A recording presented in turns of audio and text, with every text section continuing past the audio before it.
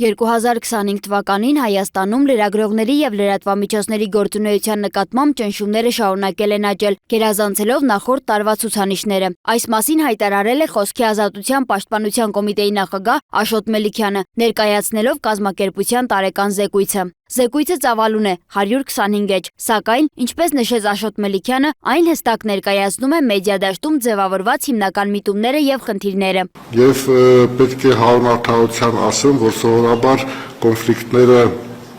միակողմանի չեն լինում եւ տարվա ընթացքում բազմիցս մենք արձանագրել ենք նաեւ դեպքեր, երբ լրագրողներն էին գործում մասնագիտական էթիկայի խախտումներով եւ այդ կոնֆլիկտային ընդհանուր իրավիճակը հանգեցրել է նրան, որ 2025 թվականի ընթացքում ընդհանուր խախտումների քանակը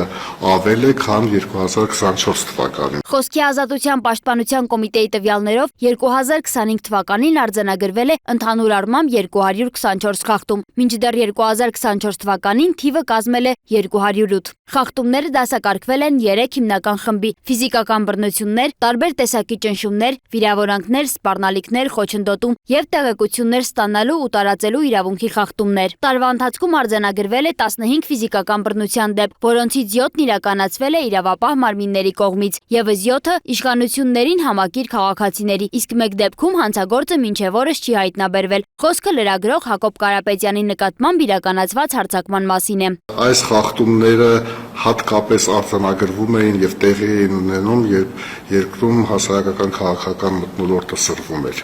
Սա կարծես թե փոխկապակցված բան է եւ տարիներ շարունակ մենք արձանագրում ենք, որ հենց այդ սրացումների ընթացքում են ավելանում նաեւ լրագրողների եւ լրատվամիջոցների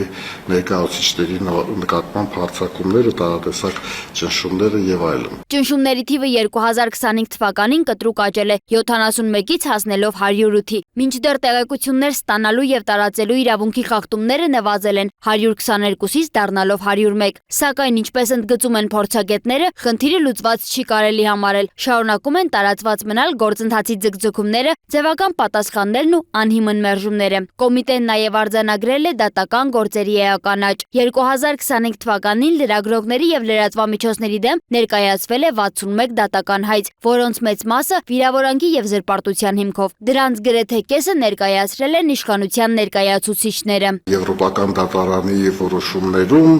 նախադեպային իրավունքում բազմաթիվ գործերով նշվում է, որ քաղաքական գործիչները, բարձրաստիճան պաշտոնյաները պետք է ձեռնպահ մնան վիրավորանքի եւ զրպարտության գործերով հայցեր ներկայացնեն, հատկապես եթե այդ հայցերը ուղեկցվում են նաև բարձր ֆինանսական պահանջներով։ 2025 թվականին ավարտված 15 դատական գործերով հայցերը բավարարվել են։ Լրատվամիջոցները պարտավորվել են հրապարակել հերքումներ եւ վճարել ընդհանուր առմամբ 3.3 միլիոն դրամ փոխհատուցում։ Միաժամանակ 21 գործով հայցերը մերժվել են, 6-ը կարճվել, 2-ը վերադարձվել դատարանից։ Զեկույցում առանձնակի տեղ է հատկացված նաև մեդիա դաշտի վրա քաղաքական եւ հասարակական լարվածության ազդեցությանը։ Ըստ Մելիքյանի, իշխանություն ընդդիմություն եւ իշխանություն եկեղեցի առճակատումների ֆոնին լրատվական դաշտում խորացել է բևեռացվածությունը, ինչի հետևանքով լայն տարածում են ստացել ֆեյք լուրերը, ապատեղեկատվությունն ու մանիպուլյատիվ մեկնաբանությունները։ Խոսելով առաջիկա ընտրական տարվա մասին, ըստ Մելիքյանի, լրագրողական հանրության համար լինելու է բարդ ժամանակաշրջան, ուստի կոմիտեի նախագահը հորդորել է բոլոր կողմերին վերադառնալ պրոֆեսիոնալ եւ էթիկական նորմերին։ Նույնիսկ բևեռացված լրատվական դաշտում հնարավոր է այնուամենայնիվ փորձել վերադառնալ կամ աշխատել պրոֆեսիոնալ նորմերին, այսպես եթե ոչ 100%-ով, գոնե շատ բարձր վստահելիություն ունենալու համար պրոֆեսիոնալ նորմերի, էթիկական նորմերին համապատասխան եւ ամենակարևորը հասնել դրան, որպեսզի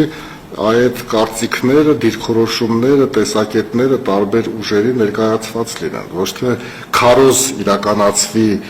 ինչ որ մի քաղաքական ուժի օգտին, այլ նաև նրանց մրցակիցների կարծիքները ներկայացվի, որ եթե իրենք ուզում են որ ընտրողը այսպես գիտակցված ընտրություն կատարի։ Մելիքյանը նշեց, որ լրատվամիջոցների գործունեությունը կարգավորող օրենսդրությունը շարունակում է մնալ թերի եւ հատվածական։ Կազմակերպությունն արդեն աշխատում է նոր հայեցակարգի վրա, որը նախատեսում է ներկայացնել խորհրդարանին եւ գործադիր իշխանությանը մեդիա դաշտի հիմնարար բարեփոխումներ իրականացնելու նպատակով։ Սոնա Գիշյան, Free News, Ազատ լուրեր։